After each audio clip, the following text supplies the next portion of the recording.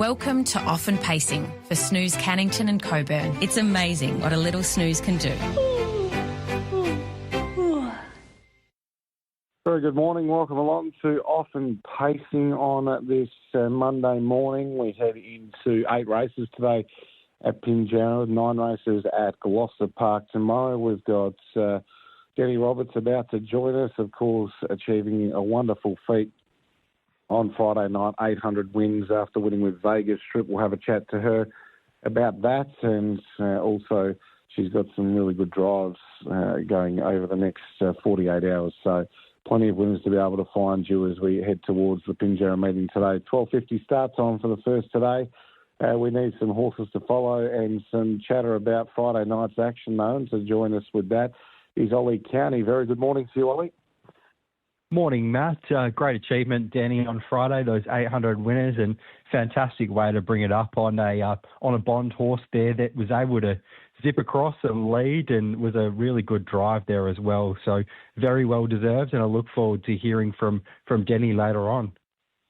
Yeah, she was able to win that race on Vegas Strip, who was her first Group 1 winner, the Golden Slipper, when he was a 2-year-old. So it was the start of her success, and as we know, she's won many Group 1s since then. She went on an absolute rampage in that year, but that was the start. The first domino to fall was Vegas Strip, so no doubt a sentimental victory there with that horse winning the second race on Friday night.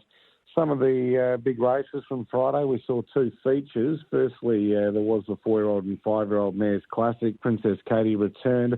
She was able to get the win for Michael Young, and Emily Cervelco. Get the Booth was really gutsy in second place.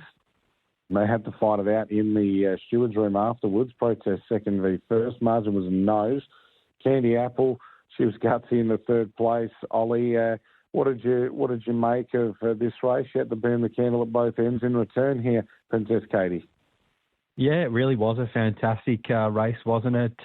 They ran a 36 lead time, and Princess Katie was just able to force her way to the front there. Obviously, Candy Apple was coming forward in the early stages, and Get the Booth just had to make a decision there and has ended up taking the trail. And I actually think previously that's how she's gone best, and she ran really well there again on Friday. Get the Booth, she seems to be a horse with a few quirks and can get over racing a bit, but when she's at her best, she is quite a nice horse. It was good to see Princess Katie return the way she did there. She obviously went around in the Empress, her last start last time in, so was probably dropping back in class against these mares into this race. And once she found the front, she was always going to be pretty hard to beat. And I think Candy Apple was clearly the run of the race, only beaten 2.6 metres there after sitting in the breeze. Really, really impressive effort there, and there were a few other good runs in the field. There was nothing that was beaten too far. Sweet Ivy was last, but she was only beaten 13.7 metres, so it was certainly a very competitive race, and I think there's a few mares in that race that'll be winning on a Friday night very soon. What were your thoughts on the race, Matt? Yeah, well, I agreed with pretty much everything you said there. Princess Katie was gutsy to be able to hold them off. Get the Booth if it was an improved run on that occasion, that's for sure.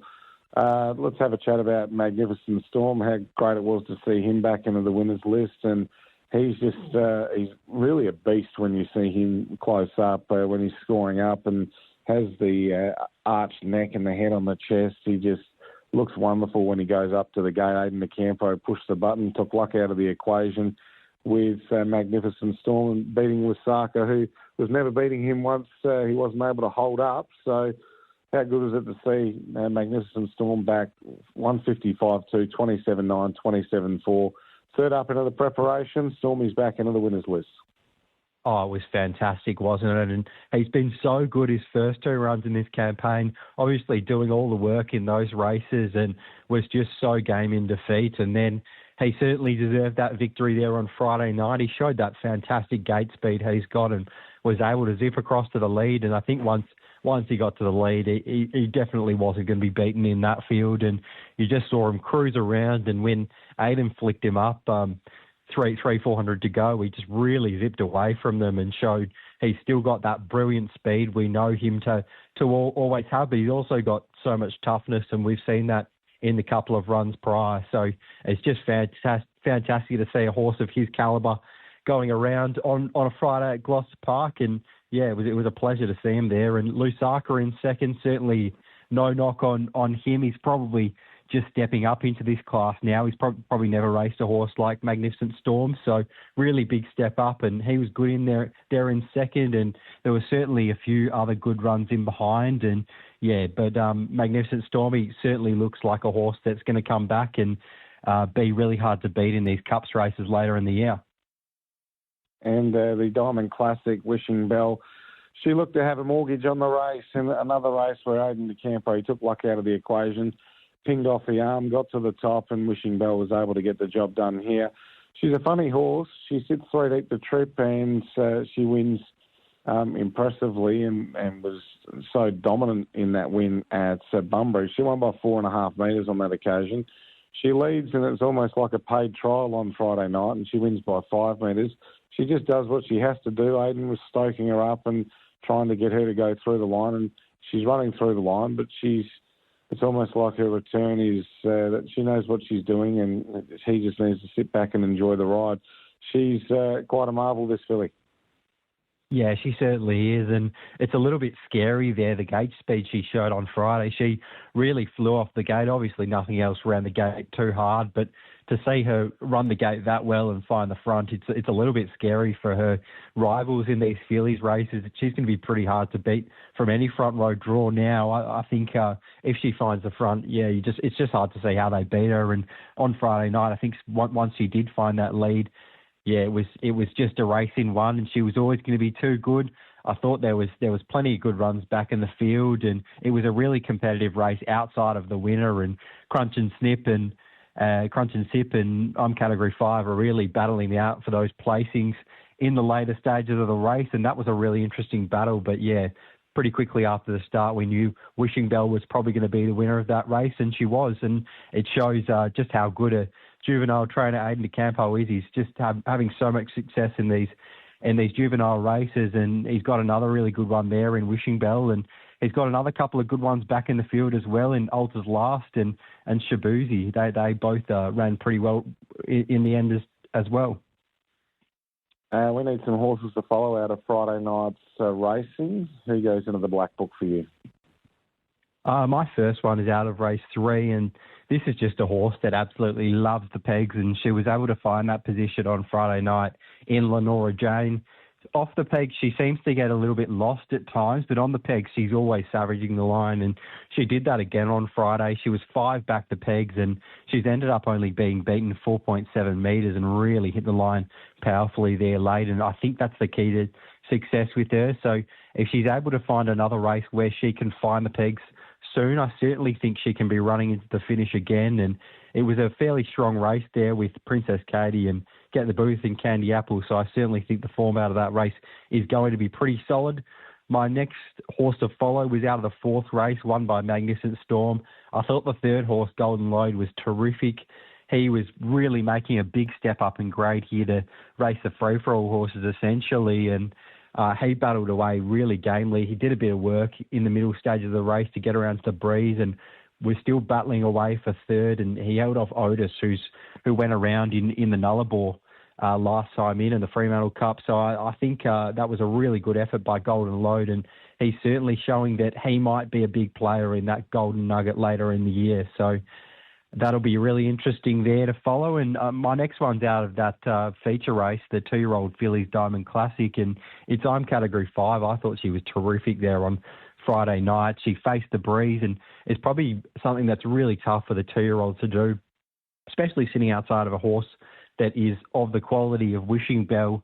She was battling away right down to the line and just was beaten by Crunch and Sip, but that horse had a really soft run on the peg. So I thought she was terrific there in 3rd, and if she is able to lead one of these 2-year-old fillies races, I certainly think she'd give Wishing Bell a run for her money. So that'll make an interesting race of it if we see that in the next few starts. But she certainly looks like a really nice horse, and will get better as she gets older as well. I think she looks like quite a big filly.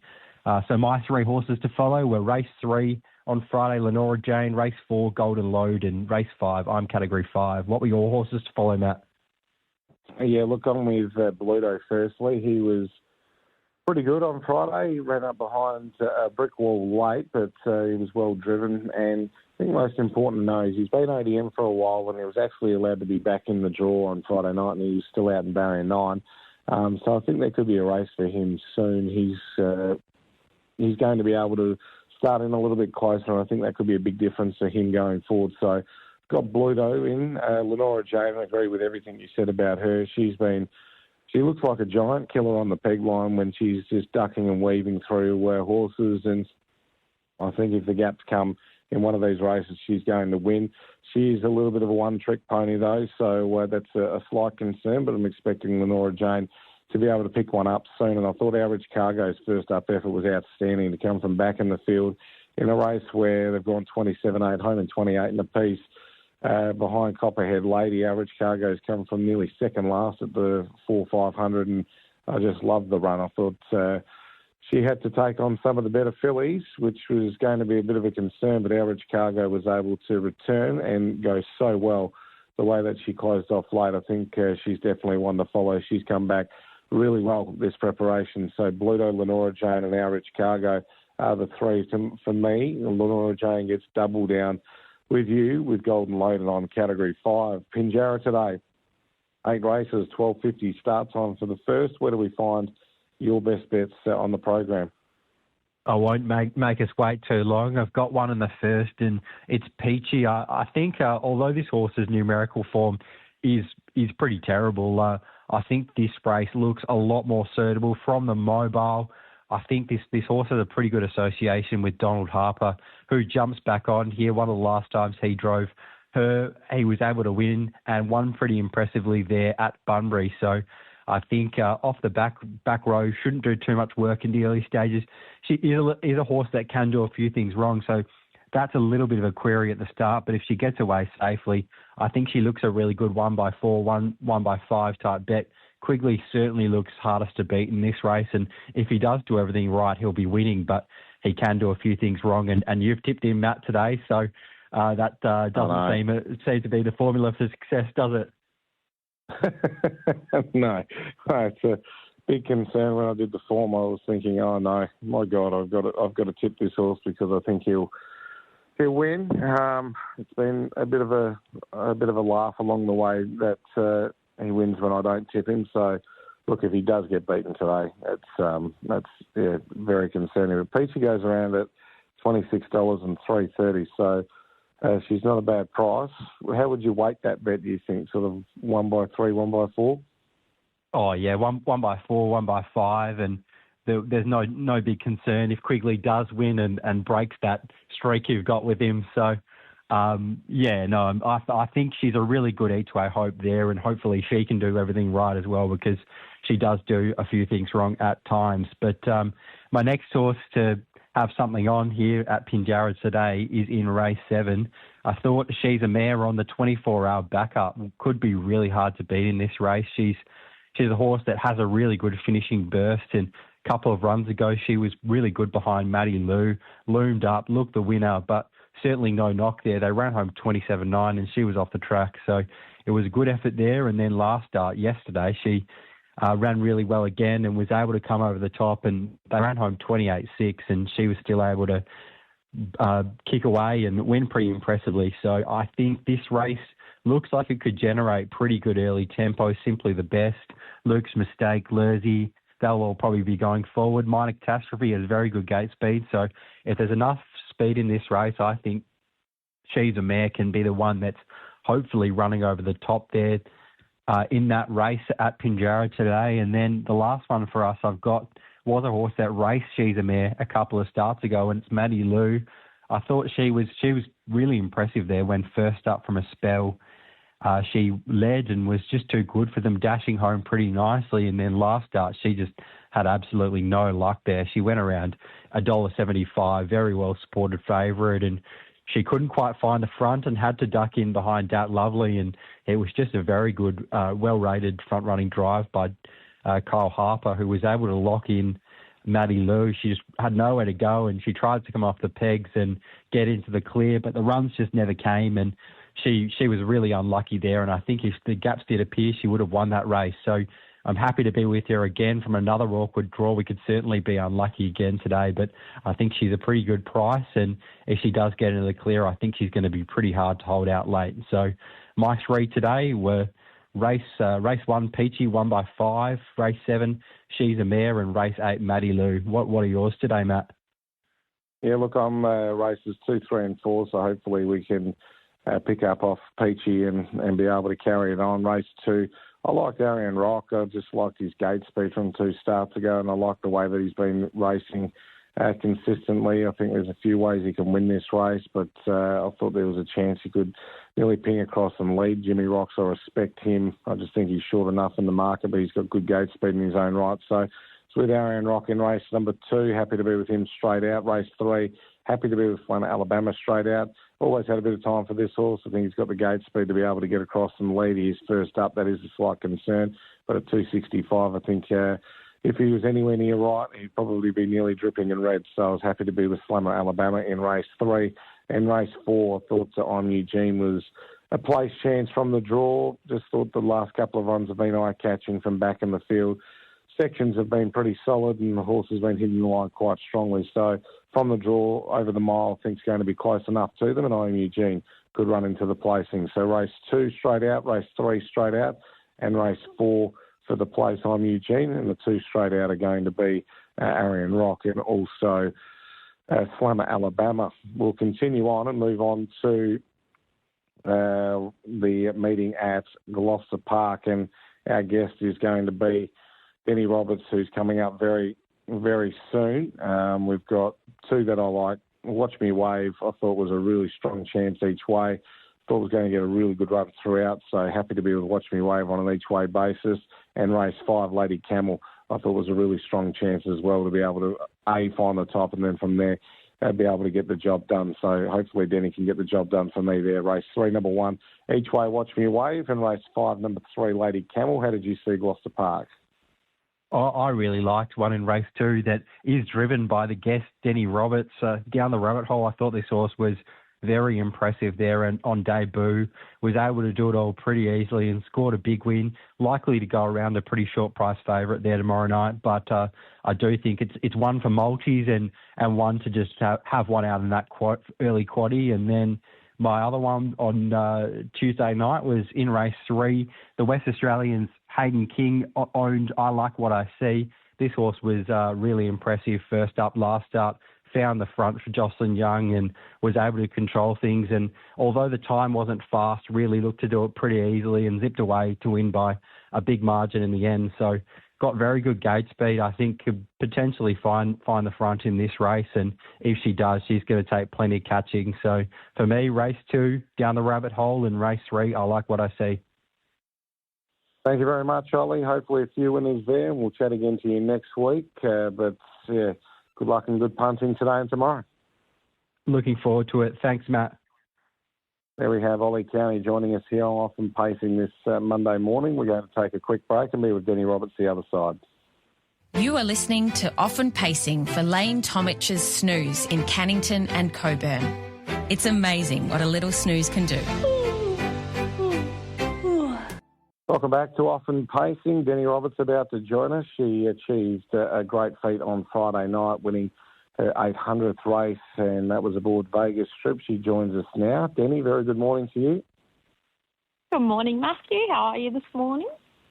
Very well. Thank you for your time. We know you're a very busy person and you've got plenty of horses to work, so we'll work through this. The Friday night, you're able to pick up win number 800. You just sort of seated on the ends there on $7.99 for a little while, but Vegas Strip being your first Group 1 winner back in the Golden Slipper. Just mentioned before, it was like the first domino to fall for you in terms of all the success that's come your way recently. What was the feeling like going into that race with Vegas Strip and being able to win an achieving race like that, win number 800? Yeah, look, Matty, as we all know, when we get to milestones, we definitely tend to run a lot of seconds. And I had 3 of them on the night, so it still happened, but luckily I got one over the line. And, yeah, Vegas probably on paper, if he got across, looked my best winning chance. So, yeah, it's good for him. we sort of lost him for a little bit there, found some issues, and we've got him back. I think he'll be heading back to his best. So, yeah, it was really good for him to put in a good performance. And, yeah, pretty fitting. I've had a few milestones on him. He's definitely been a horse I remember anyway. Now, today, you're making the trip down to Pinjarra for one drive. Now, is there anything in that? I know Heavenly Wage is racing really well, but normally when you see the good drivers or good jockeys go to a meeting just for one drive, it's normally a win. So can Heavenly Wage make it 3 in a row and make it one and done for you today? Yeah, well, look, I haven't drove for Bob for a while, so I thought it's probably time to get back on the bandwagon, but at a good time too. He's going really well, this horse. He was probably known for only over the short distance, but he seems to have gotten stronger, and he's even, burning off the gate and finishing off really well over the longer distances. So, yeah, definitely didn't mind going down to drive him today. He's got probably options. Blaze Away looks the one to beat, so we've got the draw advantage on him. So, yeah, I'll speak to Bob, but he's pretty versatile now, so at least we've got some options there. Race number 2 tomorrow at Gloucester Park. You're driving down the Rabbit Hole, who was impressive winning at Bunbury. This horse, second up, you've got the draw advantage over a horse like Fabulous Dream. How good's down the Rabbit Hole, do you think? I've got a lot of time for this filly, Matt. I thought early on, I said to Greg, I thought she was just as good as Captains Have Time. Didn't even know if she could be better. I had a really high opinion of her early, and we had drama after drama with her, and we've had a super yearling, and finally got her to the races, and she did that under her own steam and was really rewarding to get her there. It's been definitely a journey. So, yeah, I've got a real high opinion of her. I think she'll leave the gate well, and, yeah, if she gets across to the front, I think she'll definitely be hard to beat. You're driving Watch Me Away for Gary Jones. This horse, it's got a lovely draw here, and it looks like it could map well. Sporting Grace is a horse that can roll along, and there's a bit of speed even outside of that horse. So do you think you could get a good run in this, or would you like to try and lead? I think she's probably better with a sit, definitely better on the peg, so she's a perfect draw for her. I'll have to speak to Gary. I've only drove her a couple of times, and they've both been from all backline and bad draws. So, whether he wants to give her a shot out in front, but I'd probably say there looks to be a bit of speed and pressure there. So lead us back, I think, still will be a good spot for her. Bella Regazza's got the good draw as well, and this horse has been racing pretty well recently. Looks like you could get another reasonable run here. Do you come in with confidence with those options that you have? Yeah, I think it's a good race for her, to be honest. She's probably just been learning a bit about her first 2 starts. Mum has been as well, and I think she'd definitely like to be out in front. I was really happy with her run at Northam, and I think she's probably still a little bit big in condition, so I think she would have come on from that again. I'd like to lead on her, to be honest, and see what she could do out in front. She's a bit more of a one-pace type, so I think it would quite suit her. And Lady Camel, this horse, raced on Friday night. Gee, this looks a suitable race for her. She's got good gate speed, and Soho Vesper Lind took the cover last time out. Do you come in with confidence that, A, you might be able to find the top here, and B, if she leads, she can get the job done? Yeah, definitely. She's going just as well as when she led and won in town last time. She just has been copping draws that just do not suit her. She's got good gate speed. I think she'll roll along. So I thought the one would be happy to sit on her, knowing that she'll definitely have a chance on her late. But, I think if she finds the front, she'll be hard to beat again. Any word on American Duchess and Galifianakis? They'll be both going around at big prices tomorrow. Yeah, no, probably just to watch on both of them. Probably just see how they go. Who's your best drive for the next 2 days? I'll definitely go with Down the Rabbit Hole. Okay. Deni, thank you very much for your time. Hopefully many winners to you, and keep heading towards that next goal and that next achievement. But well done on Friday night, and hopefully some winners there in the next 48 hours. No worries, Matt. Thank you. There we have Deni Roberts joining us here on Often Pacing on this Monday morning. That concludes our show for this Monday. We'll be back again next week. But in the meantime, we're about to get into the previews and race day here on TAB Radio. Good luck and good punting. Pinjarra starts at 12:50 today. Gloucester Park tomorrow just after 5 o'clock, and going to be 9 races tomorrow, 8 races at Pinjarra today. But for now, it's a very good morning. Thanks for listening to Often Pacing for Snooze, Cannington and Coburn. It's amazing what a little snooze can do.